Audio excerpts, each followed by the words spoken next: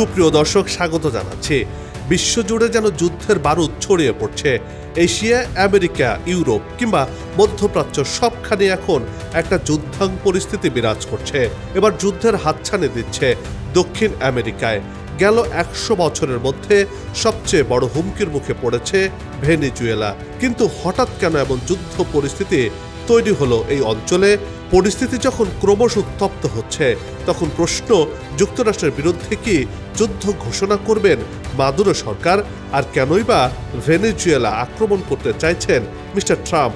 এই যুদ্ধে কি চীন, রাশিয়া বা ইরানও যুক্ত হচ্ছে? এসব খবরের বিশ্লেষণ নিয়ে সাজিয়েছি এবারের পর্ব। বিস্তারিত জানতে পুরো ভিডিওটি দেখুন। দর্শক, চলুন চলে যাই মূল ভিডিওতে।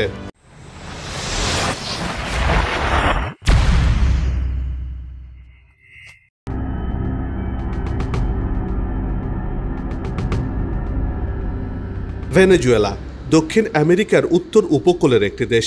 এর উত্তরে রয়েছে ক্যারিবিয়ান সাগর আর আটলান্টিক মহাসাগর, পূর্বে গায়ানা, দক্ষিণে ব্রাজিল এবং পশ্চিমে কলম্বিয়া।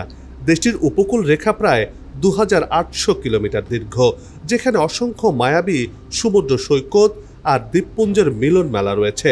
দেশটিতে বিপুল তেল সম্পদ রয়েছে, যা মার্কিন যুক্তরাষ্ট্রের মতো দেশগুলোকে হাতছানি দেয়।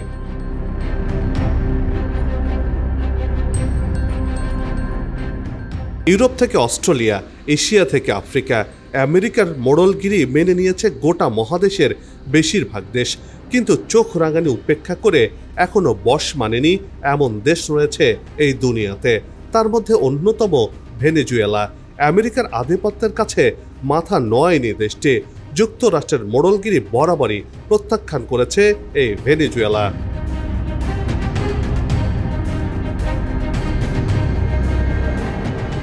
শত বছরের মধ্যে সবচেয়ে বড় হুমকির মুখোমুখি দাঁড়িয়েও সমাজতান্ত্রিক ভেনেজুয়েলা মাথা উঁচু করে আমেরিকাকে প্রতিরোধের প্রস্তুতি নিচ্ছে। কথিত মাদক বিরোধী অভিযানের নামে ভেনেজুয়েলা উপকূলে যুদ্ধজাহাজ পাঠিয়েছেন মার্কিন প্রেসিডেন্ট ডোনাল্ড ট্রাম্প। কিন্তু নিকোলাস মাদুরো আত্মসমর্পণ করার মতো পাত্র নন। আমেরিকাকে জবাব দিতে যুদ্ধজাহাজ, মিসাইল বোট, ড্রোন নামিয়েছেন তিনি। প্রস্তুত রয়েছে লাখ লাখ মিলিশিয়া সদস্য। যুদ্ধ বাদলে আমেরিকানদের ফিরতে না দেওয়ার পণ করেছে ভেনেজুয়েলা।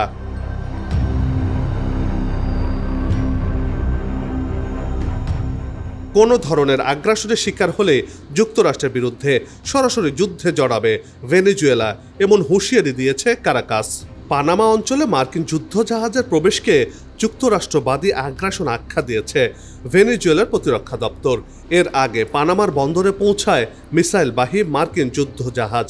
মাদক বিস্তার রোধে এই পদক্ষেপ বলে জানিয়েছে মার্কিন যুক্তরাষ্ট্র। উপকূলীয় এলাকা জুড়ে চলছে ভেনেজুয়েলার সামরিক বাহিনীর মহড়া। একদিকে চলছে স্থল বাহিনীর যুদ্ধ প্রশিক্ষণ, অন্যদিকে পেট্রোল বোট, স্পিড বোট সহ বিভিন্ন ধরনের যুদ্ধ জাহাজ দিয়ে চলছে নৌবাহিনীর মহড়া। পাশাপাশি রয়েছে ড্রোনও, লক্ষ্য মার্কিন আগ্রাসন প্রতিহত করা।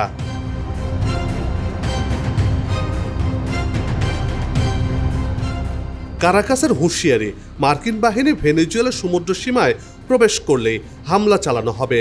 বুলেটের মাধ্যমে মার্কিন আগ্রাসনের বিরুদ্ধে উপযুক্ত জবাব দেবে ভেনেজুয়েলার সামরিক বাহিনী।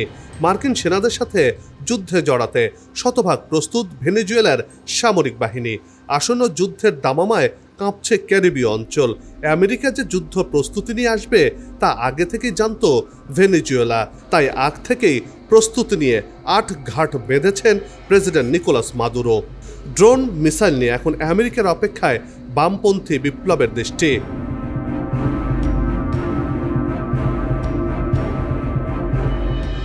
ভেনেজুয়েলা রয়েছে লাতিন আমেরিকার অন্যতম বৃহৎ এবং সুসজ্জিত সামরিক বাহিনী, যা বলিভিয়ান ন্যাশনাল আর্ম ফোর্সেস নামে পরিচিত।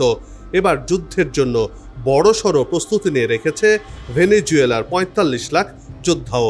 মার্কিন বোমা, যুদ্ধজাহাজের গোলাবারুদের বিরুদ্ধে প্রতিরোধ গড়ে তুলতে উপকূল আর সীমান্তে সেনা মোতায়েন করেছেন নিকোলাস মাদুরো। সেনাবাহিনীর বাইরেও জনতাকে আধা সামরিক বাহিনীতে যোগ দিতে আহ্বান জানিয়েছেন তিনি।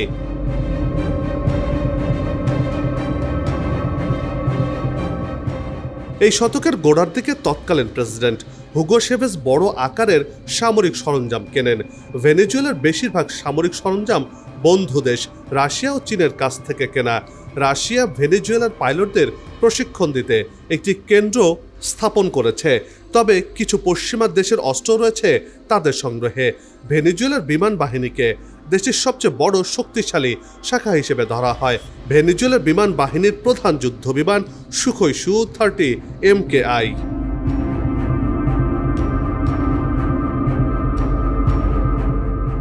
এই যুদ্ধ বিমানটি এই অঞ্চলের অন্যতম শক্তিশালী ফাইটার জেট। এটি সব ধরনের আবহাওয়াতেই অপারেশন চালাতে সক্ষম, আকাশ থেকে আকাশ এবং আকাশ থেকে ভূমিতে আক্রমণ পরিচালনা করতে সক্ষম একটি মাল্টিরোল ফাইটার জেট এটি, যার ডিজাইনটি করা হয়েছে আধুনিক ও মধ্য আকাশের যুদ্ধের জন্য। এর শক্তিশালী ইঞ্জিনের কারণে যেমন উচ্চ গতিতে চলতে পারে, তেমনি আবার অনেক দূরেও মিশন পরিচালনা করতে সক্ষম।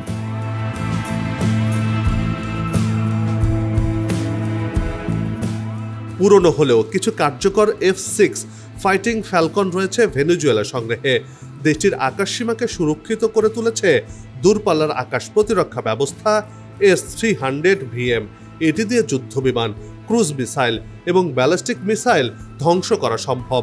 বেশ কিছু মাঝারি ও স্বল্প পাল্লার আকাশ প্রতিরক্ষা ব্যবস্থাও রয়েছে দেশটিতে। আছে কাঁধে বহনযোগ্য আকাশ প্রতিরক্ষা মিসাইলও। ভেনেজুয়েলা বর্তমানে লাতিন আমেরিকার অন্যতম উন্নত সামরিক ড্রোন সক্ষমতা সম্পন্ন দেশ। তাদের ড্রোন কার্যক্রম মূলত ইরানের সাথে সামরিক প্রযুক্তিগত সহযোগিতার উপর নির্ভরশীল। 2009 সাল থেকে ভেনেজুয়েলা নিজস্ব কারখানায় ইরানের সহায়তায় ড্রোন তৈরি ও সংযোজন করছে।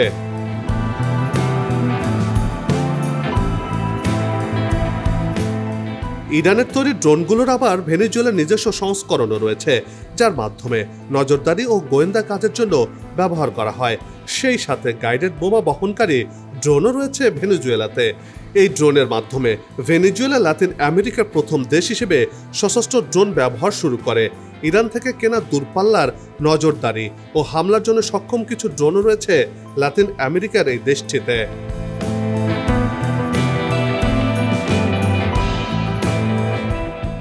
ভেনেজুয়েলা সেনাবাহিনীতে রয়েছে প্রায় 63,000 সক্রিয় সদস্য, নৌবাহিনীতে প্রায় 26,000 এবং বিমান বাহিনীতে রয়েছে 12,000 সক্রিয় সদস্য। ন্যাশনাল গার্ড বাহিনীতে রয়েছে 23,000, আর সংরক্ষিত বাহিনীর অঙ্কটা প্রায় 8,000-এর বেশি সক্রিয় সদস্য। ভেনেজুয়েলার সবচেয়ে শক্তিশালী শক্তি হল দেশের মিলিশিয়া বাহিনী। এটি একটি আধা সামরিক বা সংরক্ষিত বাহিনী, যা বেসামরিক স্বেচ্ছাসেবকদের নিয়ে গঠিত। 2009 সালে তৎকালীন প্রেসিডেন্ট হুগো শাভেজ এটি গড়ে তোলেন। এই বাহিনীতে 50 লাখ সদস্য রয়েছে বলে দাবি করেছে ভেনেজুয়েলা। আমেরিকার সাথে উত্তেজনা বৃদ্ধির পর নতুন করে অনেকেই এই বাহিনীতে নাম লিখিয়েছেন।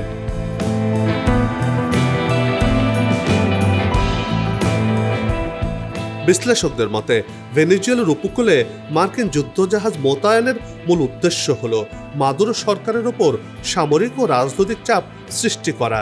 যুক্তরাষ্ট্র এভাবে বার্তা দিচ্ছে যে প্রয়োজনে তারা কঠোর পদক্ষেপ নিতে প্রস্তুত। অনেকের ধারণা এটি মাদুরোকে আলোচনা টেবিলে বসতে বাধ্য করা একটি কৌশল হতে পারে।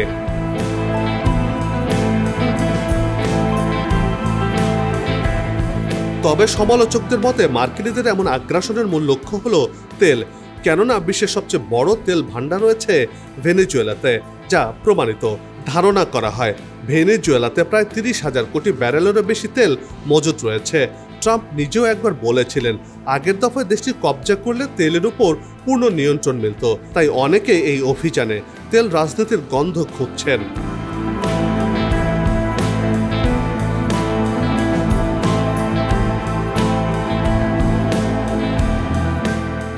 বন্ধুত্বের প্রতিদান দিতে ভুল করেন না আয়াতুল্লাহ খামেনি।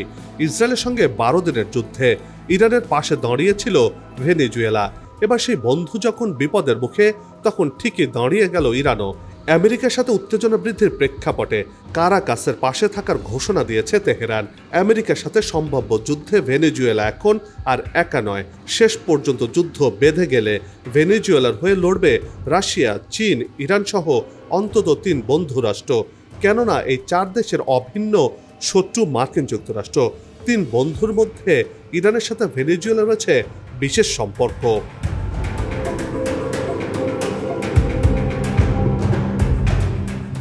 ইরানের সাথে ভেনেজুয়েলার সম্পর্ক অত্যন্ত গুরুত্বপূর্ণ এবং কৌশলগতভাবে তাৎপর্যপূর্ণ। দুই দেশের এই সম্পর্ক 50 বছরের পুরনো, যা 2000 সালের পর থেকে বিশেষভাবে শক্তিশালী হয়েছে। উভয় দেশই আমেরিকার নিষেধাজ্ঞার শিকার। মূলত এই বিষয়টি দুই দেশকে কাছাকাছি এনেছে। মার্কিন নিষেধাজ্ঞা মোকাবেলা এবং নিজেদের সার্বভৌমত্ব রক্ষায় তারা একে অপরকে সমর্থন দিয়ে আসছে। দুই দেশের একই নীতি, পশ্চিমা আধিপত্য কমানো।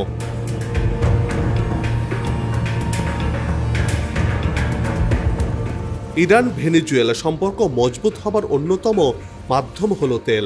উভয় দেশই তেল উৎপাদনকারী দেশ। ভেনেজুয়েলায় রয়েছে বিশ্বের বৃহত্তম তেলের মজুদ, কিন্তু দেশটির তেল শোধনাগারগুলো আধুনিকীকরণের অভাবে অচল হয়ে পড়লে সহায়তার হাত বাড়ায় ইরান। তেহরান পরিশোধিত তেল, রিফাইনারি যন্ত্রাংশ এবং কারিগরি জ্ঞান দিয়ে কারাকাসকে সাহায্য করছে। এর বিনিময়ে তেহরানকে অপরিশোধিত তেল এবং স্বর্ণের মতো সম্পদ দিচ্ছে কারাকাস।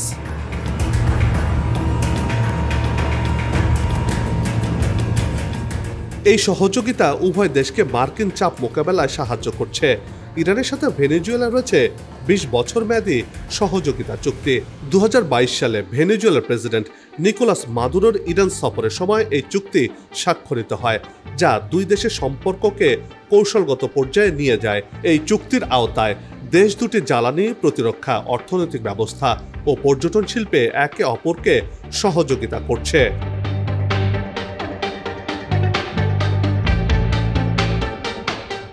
দুই দেশের মধ্যে সামরিক সম্পর্ক রয়েছে। ইরান ভেনেজুয়েলাকে ড্রোন প্রযুক্তি সরবরাহ ও উৎপাদন সহায়তা করছে। 2012 সাল থেকে ভেনেজুয়েলা ইরানের সহায়তায় ড্রোন তৈরি করছে। এই ড্রোনগুলো মূলত নজরদারি এবং সীমান্ত টহলের জন্য ব্যবহার করা হয়। পরবর্তীতে ইরান আরও উন্নত আক্রমণকারী ড্রোন সরবরাহ করেছে ভেনেজুয়েলাতে। ইরান ভেনেজুয়েলাকে বিভিন্ন ধরনের মিসাইল ব্যবস্থাও সরবরাহ করেছে।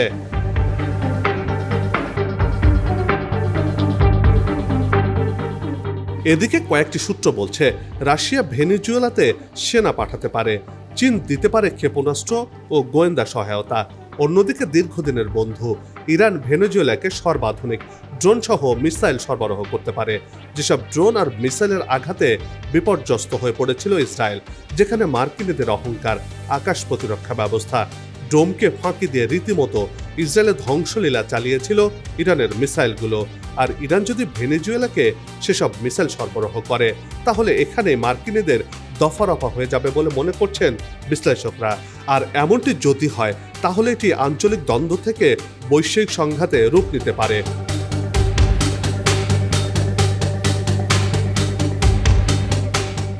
অর্থনীতিতেও এর প্রভাব তীব্রভাবে পড়তে পারে।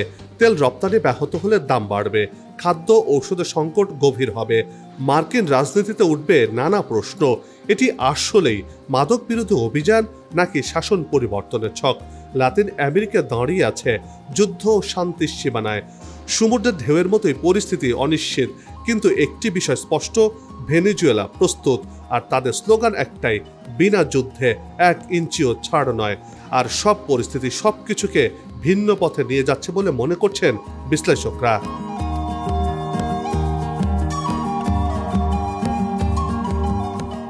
বন্ধ হোক যুদ্ধ, বিগ্রহ, হানাহানি, শান্তিময় হোক বিশ্ব, এমন প্রত্যাশা রেখে পর্ব থেকে বিদায় নিচ্ছে। তবে যাবার আগে সেই একই অনুরোধ, যেখানে সেখানে ময়লা আবর্জনা ফেলবেন না, পরিবেশের ক্ষতি করবেন না, অযথা হর্ন বাজাবেন না। আপনার দেশের সৌন্দর্য রক্ষায় পোস্টার লাগানো থেকে বিরত থাকুন। যদি চ্যানেলটিতে নতুন হয়ে থাকেন, ভিডিওটি ভালো লাগে, তাহলে চ্যানেলটি সাবস্ক্রাইব করে ভালোবাসায় আবদ্ধ করবেন। ভালো লাগা না লাগার বিষয়টি কমেন্টে লিখে জানাবেন। কি ধরনের ভিডিও দেখতে চান তাও জানানোর অনুরোধ রইল। আবারও হাজির হব নতুন কোনো খবর আর খবরের বিশ্লেষণ নিয়ে। নিজে ভালো থাকুন, দেশকে ভালো রাখুন, আমাদের সাথেই থাকুন। ধন্যবাদ।